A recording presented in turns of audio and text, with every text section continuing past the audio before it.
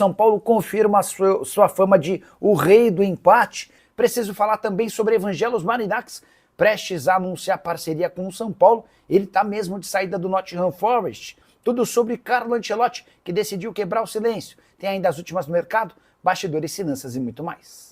Fala aí pessoal, sou Jorge Nicola, bem-vindos a mais um vídeo do canal, sempre bom ter vocês por aqui. Sem perder tempo, pedir para deixar like, se inscrever no canal e ativar as notificações. Agora sobre Roberto Firmino, que brilhou nesse sábado. O atacante excluído do Al-Ahly, da lista de inscritos no Campeonato Saudita, deu resposta em campo, arrebentando na partida mais importante da história do Al-Ahly, a final da Champions Asiática, a vitória por 2-0 contra o Kawasaki Frontale do Japão. E o Firmino marcou, ou melhor, deu 2 assistências para os gols do brasileiro Galeno e Kessie.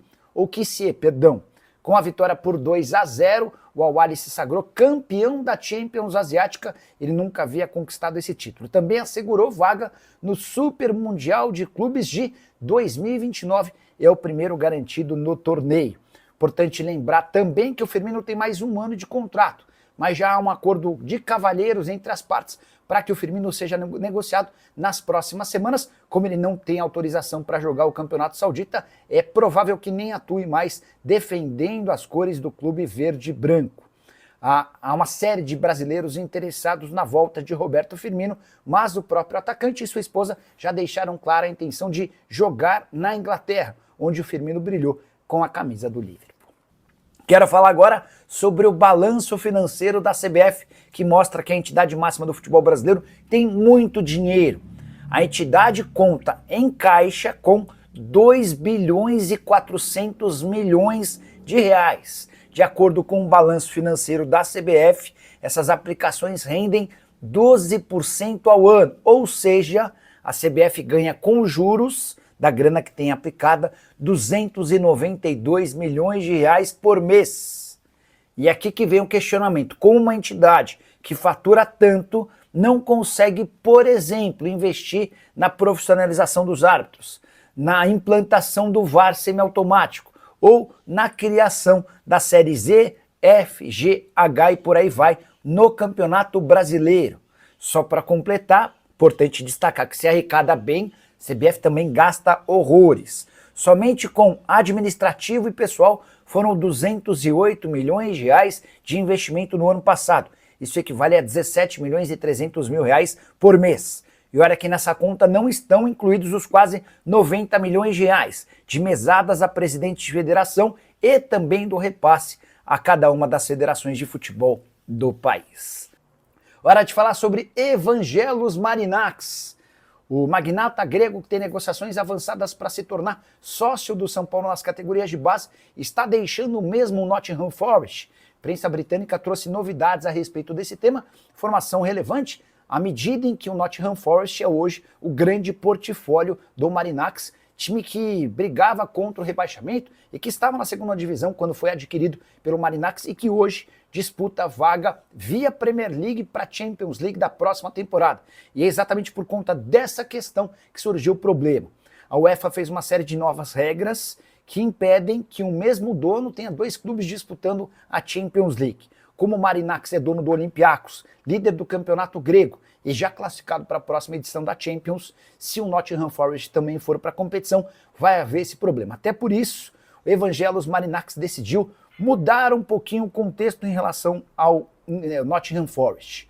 A decisão do empresário grego é de transferir suas ações para um fundo cego. Essa maneira, essa expressão utilizada pela imprensa inglesa, trata-se de uma manobra para que ele continue no comando da operação do Nottingham Forest, mas ele não apareça como a figura principal. Dessa maneira, ou desse jeito, se o Forest se classificar para a Champions, teremos Champions com Evangelos Marinax à frente do Olympiacos e um grupo com participação do Evangelos Marinax tocando a operação do Nottingham Forest. Em relação ao São Paulo, seguimos naquela mesma toada, negociações praticamente fechadas, mas uma série de questões burocráticas estão sendo resolvidas e a expectativa é de que até a metade do ano esse contrato seja submetido à aprovação do Conselho Deliberativo do Tricolor, com a promessa de investimento de 100 milhões de dólares em melhorias de infraestrutura em Cotia, contratações para a base e eventualmente uma pequena parte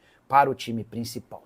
Hora de falar sobre o São Paulo, que confirmou a fama de o rei do empate. Na noite dessa sexta-feira, na abertura da rodada do Campeonato Brasileiro, 0-0 com o Fortaleza no Morumbi, primeiro tempo horroroso, em que o São Paulo praticamente não criou.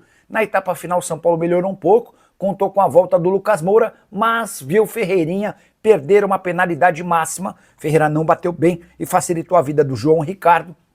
Sexto empate do São Paulo em 7 rodadas do Brasileirão. O Tricolor tem uma vitória e 6 empates, ainda não perdeu, mas a campanha está longe de ser boa. Até por isso, o time que hoje é o 8º colocado com 9 pontos pode perder posições, até porque ainda tem 18 times para entrar em campo pela 7ª rodada.